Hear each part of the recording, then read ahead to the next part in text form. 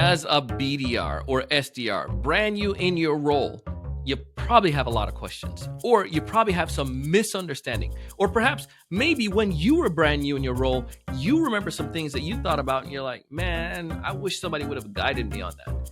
Well, I would love to hear what your insights are. On today's episode, I got the opportunity to connect with my brother, not necessarily my brother, even though he has the same last name, Brandon Kelly, who tells us about what he wished he had known and some of the misconceptions or challenges that he had coming into the role when he was a brand new BDR. Check it out.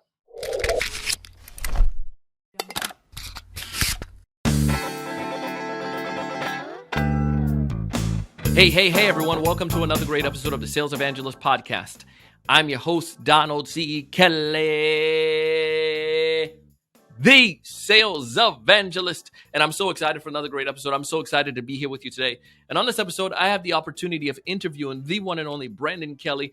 Brandon is a business development rep at a business development specialist at Challenger, and you've all heard of Challenger before. We've brought some of his team members on to our podcast, and we're a fan of Challenger because it helps us to be able to sell based on insights. And there's some powerful stuff that the organization does. On today's episode, we're going to talk, however, from Brandon's perspective as a brand new seller. What are some of the things that BDRs, SDRs and BDRs wish they had known? Or what are some of the things, the misconceptions that are out there that can help you? And I think even for you, if you're in your role as a BDR right now or an SDR, or even if you're an AE, there's some things that your BDR is going through right now that you probably could guide them on so they can perform better. Listen, it's going to be a great episode. And I just want to dive in with it. And one of the issues that I find, especially somebody coming in brand new into this particular role, is sometimes the high activity idea is lost in many companies. Like they say, this is you got to make these many calls, you got to do that. And we automatically think high activity is like makes you the best of the best. But talk to me about that. You have a philosophy around that. Yeah, no, that's one of the, preconceptions I had, before I started this job was like, I'm going to be sitting at a desk or sitting in my house, making 1,000 calls a day to people I don't know. And it's just not the case. I've been given autonomy in my role to, do outreach as I choose to, hit my targets. But yeah, I think that would be my piece of advice for any BDR out there. STR is just, if you're struggling for meetings, like high activity is just not going to solve it. It's not going to be a long-term solution. You're going to get burnt out, one, doing that. And two, there's just no intention behind it. It's just kind of a needle in a haystack at that point. Mm-hmm. My approach has always been very intentional of who I'm reaching out to, not only, but when, why, how I'm reaching out, like hitting prospects on different channels.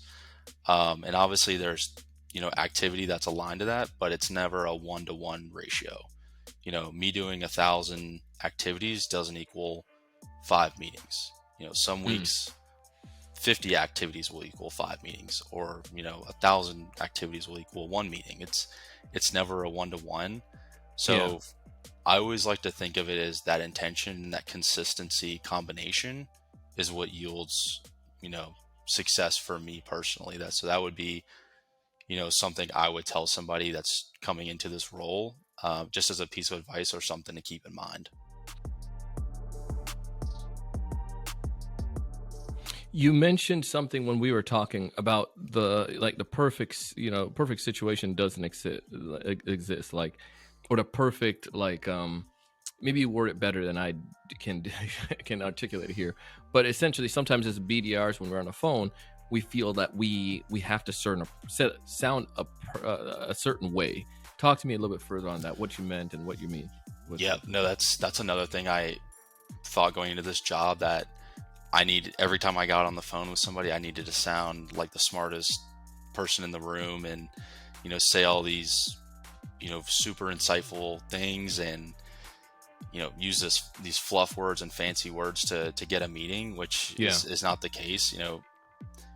One of my peers, he gave me really good advice early on. It was just, keep it simple and, just kind of be true to yourself. And it sounds cliche, but, people on the other end of the line, like they're real human beings as well. Like they have kids, they have a life outside of work, and they're going to appreciate the authenticity more than you trying to sound like a slimy salesman who's, got the most clean pitch out there.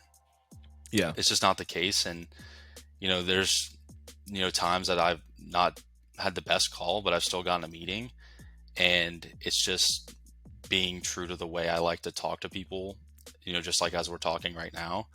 And even times like, throwing a joke or, kind of having a bro conversation with them. Like there's been plenty of times where, I've had, more bro conversations with prospects, or I've even thrown myself under the bus and, said like, hey, dude, I don't know the answer to this question that you're asking me. Like, this is why I'm calling, to set you up with someone who knows.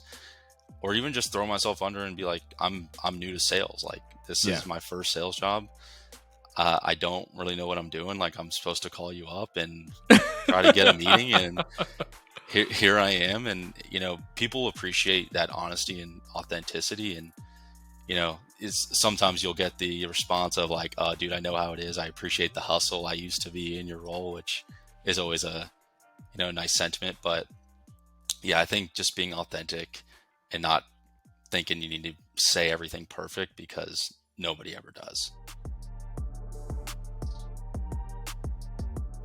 A win could be I got a referral, or a win could be I got some information about what's going on in their business to, use in my, further outreach. Like any number of those types of things, like that's a win to me, not just a meeting. And that kind of helps with detaching from the outcome, because in this role, you have your meetings and you have your quota, and let's say it's 15 meetings a month. And if you're not hitting that, you're I'm terrible at this job. I'm not doing a good job. But all that is just areas to coach. Just because you're not hitting your target, or you're not having a great week or a great month, doesn't mean you're bad at this job. It just means this area of opportunity and ways for you to upskill and coach yourself to where you can, build that consistency and start hitting your targets. Just being curious of like who these stakeholders are, like why are we reaching out to them, and just having that thirst for knowledge. And even if you don't end up having a tenured career in sales, like worst case, you come away with some knowledge of corporate America, because coming in, I thought I kind of knew how businesses work, but that's my knowledge now is night and day to what it was when I first started. Oh, wait, before you go, if folks want to connect with you, how do they do so? On LinkedIn, it should just be Brendan Kelly, and you'll probably see a Challenger logo hanging around my profile somewhere. Just feel free to connect with me. And I'm not really on much other social media, so LinkedIn's the way to go. But happy to connect with anybody and chat about what my thoughts are about this job or sales, and look forward to meeting everybody. Listen, that was Brendan Kelly, and his name is a great last name, man. I tell you, I know some good Kellys, some good people. If you want to go ahead and connect with him, you can find his information in the show notes below on LinkedIn. If you want to go ahead and connect and learn about the Challenger, you can find all the details there and connect with their team. They're providing amazing value, as you and I both know. And I feel that the principles that they teach align very closely with the way that we like to motivate and inspire sellers and educate sellers. So check them out. Highly recommend them, and I feel you can find great benefit from them as well. We want you to find more of your ideal customers. We want you to know what to say when you reach out to them, and obviously we want you to close more deals as a result. But most importantly, I want you on a day-to-day basis to raise your level of thinking and go out and do big things. Thanks so much for watching.